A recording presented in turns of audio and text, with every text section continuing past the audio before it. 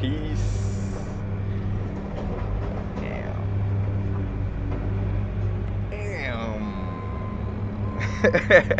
Happy now.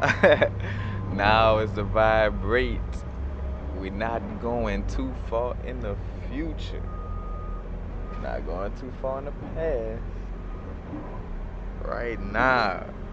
Right now, I got another anime for y'all. Not anime like what love's got to do with it. Anime like the Japanese cartoon anime. But anyway, watching this new anime, another one which I'm pretty sure, which they all kind of like. If you like one certain type of anime, either they'll get suggested to you, like say if you're watching it through Netflix or whatever, you're probably in the same circle of anime cartoons. But this newer one I just got on is fairy tales. Y'all gotta watch fairy tales. Especially all the people dealing with magic and all that. You definitely want to look at fairy tales, in which most of this anime too also, in most cases, always tell an esoteric occult story, but just using different characters and personifying them into different things. But fairy tales kind of has that aspect of a matter of fact, Full Metal Alchemist and Mad Guy and the Blue Exorcist and Bleach.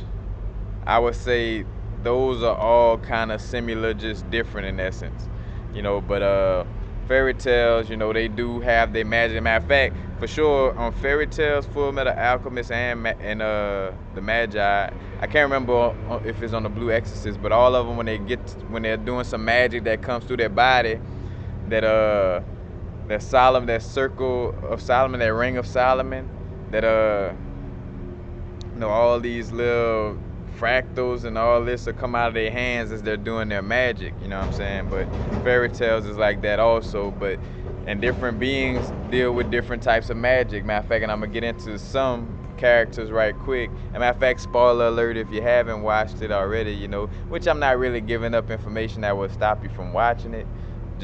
But just in case,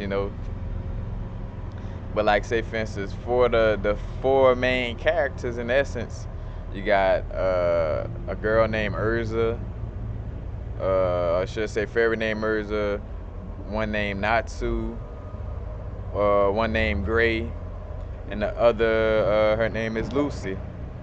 And these four characters are the embodiments of the four elements. If you pay attention to it. And you see, these are types of things that they put into anime and into these cartoons, you know what I'm saying? Well, matter of fact, I haven't watched it all yet, which look like I should have, but Steven Universe, well, they got all the crystals on Steven Universe, like he got a friend named Garnet, a friend named Lapis, and all that, you know what I'm saying?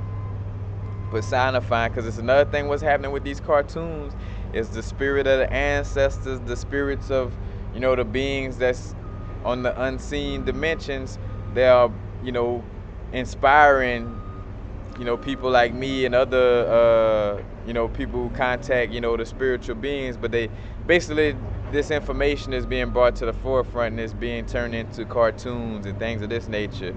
So basically, you could almost see the cartoons as like a different form of Bible scripture in essence, because it's telling ancient, stories, what I'm saying, mythologies, but just using different names and characters and presenting the story differently, but it still has that same moralistic story. But back with fairy tales, you got Urza, Natsu, Gray, and Lucy, and they all the embodiment of the four elements. You got Urza, and which in the cartoon, it's the thing too, in the cartoon, they're not telling you this, you know what I'm saying? You just pick up on it after watching it, in essence. Because say, for instance, Urza, I figured that she was the earth vibration, and two, because looking at the corresponding people around her, where she got one person that deals with fire, one person that deals with ice, and the other person that deals with zodiac signs. But Urza, her ability, she could change physical forms or equipment, not necessarily her physical form as a human, but she could manifest all kind of equipment. Like, well, when she go to sleep at night, she could equip into her pajamas, things of this nature when they're being funny about it. But like, she physically, you know what I'm saying, attract machinery in order to battle. And I'm like, all right, physical, you know, earth vibration. Also, her hair is red, you know what I'm saying? And red, you know, the root chakra, you know what I'm saying? Earthy, ground, and energy, you know. So I figure, you know, Urza, as a matter of fact, and on the cartoon, you also pay attention to the characteristics of the way the cartoon characters act. Urza is the mean when she kind of creates the structure and foundation around the, cause matter of fact, which I'm gonna start with my own guild, almost like a OTO thing, but like a fairy tales, like in the store fairy tales, like, you know, certain groups of fairies start them a guild, you know what I'm saying? A guild is like a little group where, you know, they all work together and they go off doing little jobs for money, things of this nature, you know what I'm saying? Where some people may want a hex removed from their island, you know what I'm saying? And it's worth $50,000, you know, that's kind of how the things work. But Urza provides that structure, you know what I'm saying, to her guild, to the fairy tale guild. Like, she's always putting everybody in their place, strong voice, you know, caring, loving, but basically the embodiment of the earth and energy, you know what I'm saying? She provides that foundation. Then you have Natsu. Natsu is almost somewhat of the main character to a certain extent. Natsu deals with fire. Matter of fact, he's a fairy that's known for dealing with I forgot how they call it, dragon magic. But he basically learned his magic from a dragon in essence. And Natsu, matter of fact, he eats fire and manipulates fire. He eats fire to refuel, you know, the energy. Matter of fact, just like the chi energy. When you're doing your yogic breath, you could say you're eating fire or you're eating chi energy in order to strengthen the chi within your body, you know what I'm saying? But Natsu embraces that fiery aspect, so he's a hard head. He doesn't think before he acts. He's tearing up things every time he fight, you know, just loose, uncontrolled, fiery energy, you know what I'm saying? So he embodies that Aries and that Mars-like energy. Because matter of fact, one thing also, he's not scared of a battle. He's always, like, you know, ready for a battle, even pushing people aside out of certain fights. Kind of, if you're familiar with Dragon Ball Z, Natsu kind of remind you of Goku in that battling form, like where he's always up for that challenge and looking for that challenge to a certain extent. But you see him embodying that fiery energy. Then you have Gray. Gray is and look at the name, Gray. He deals with ice, but you could say that's the element of water. But also, with him dealing with ice, that means dealing with cold. So say, for instance, he walks around like he talks pretty low and slow and calm. He always taking his shirt off to be cool in essence, you know. But his character, you could say, is an embodiment of the Capricorn Saturn energy. You know, that cold winter-like energy. You know, kind of quiet, not fiery like Natsu. And what's also funny, like, their two characters always bumping heads and disagreeing, fire and ice, you know what I'm saying? And then what's funny, who gets in between fire and ice to bring them together? Urza, or Earth, you know what I'm saying? But the earth, like, hey, all right, fire and water, y'all break it up, you know what I'm saying? Bring it together, you know what I'm saying? But that's being personified in the characters of these, you know, it's being personified in the characters of this anime. And then you have Lucy, which Lucy is like new to the guild or whatever, new to the Fairy Tales guild, and she deals with zodiac magic. Basically, she got a few keys, and in each key, you know what I'm saying, is the embodiment of a certain astrological sign that she used. Matter of fact, which she kind of summoned them, kind of like, matter of fact, back to how I told y'all, like with the Pokemon and how fairies were being used, like, hey, go fight this fairy, go do this, you know what I'm saying? But she deals with that magic, so she has like a key for Cancer, and, you know, it's like, Cancer, come forward, and then it's like a crab man that, you know, that has power similar to Cancer, this and that. Or matter of fact, what's ironic and not ironic, because that's the way the universe works, you know, right when I'm discovering the 13 sign astrology and realizing I'm a Sagittarius, she just got her Sagittarius key as I'm watching it. She just got a new key, and it happened to be a Sagittarius key, in which you start to realize the more and more you get in tune and decalcify your pineal gland, the more and more everything is a manifestation of your thoughts, like everything. Even somebody else's cartoon, if that makes sense, you know. But again, she deals with the keys of the zodiac, so she basically deals with the astrology or the cosmos. So you can see Lucy in essence as the vibration of the air element, because you know, like in essence, the zodiac signs are in the air, you know, they're in the cosmos, and that's what she deals with. She has like an airy personality, like, you know, just always just crying with these, just, you know, just everywhere in essence, you know. But you could see how those characters, you know, embody the four elements. But a lot of this anime, you know what I'm saying, in which it also displays how we're moving into these new times where there's no such thing as good and evil. It's just more of who chooses to be on the dark side and who chooses to be on the light side. You know, more like this Star Wars thing playing out.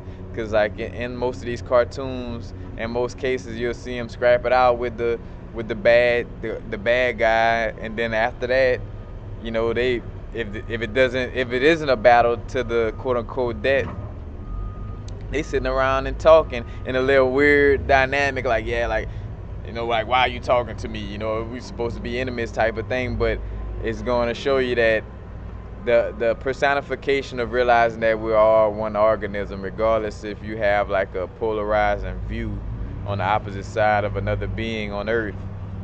Y'all still a part of that one organism also, and that's honestly that's a major characteristic I could say I find in mostly all the animes, like fairy tales, the Magi.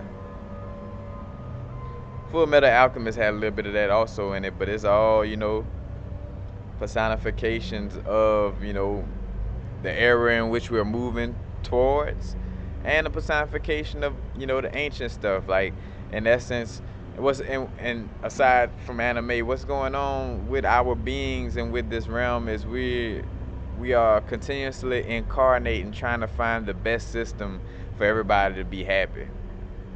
And it's close to impossible to make everybody happy, but that's why we keep doing these different timeline manipulations and these different, not say manipulations, but we keep, you know, implementing certain systems, seeing if it work, and then, all right, try another way. Like, say for instance, we rule things with just women, all right, but then the men get mad, so all right, that didn't work, so we're gonna let the men run things. You know what I'm saying? Like, if you pay attention, like, all these different paradigm shifts is just kind of like experimentation of what's the best method of us, you know, getting the most people possible to be satisfied with the physical existence. Like, that's what all this is about, you know what I'm saying? Where you had let's see if dinosaurs and these beings could coexist. You know, let's see if Martians and Atlanteans could coexist. You know, like, it's just a bunch of little projects, and after they, like, oh, all right, reset button, bam, you know what I'm saying? Like, and that's where the energies come through, and, you know, we fall into the sunken place and then come back out ready to try another project in essence. But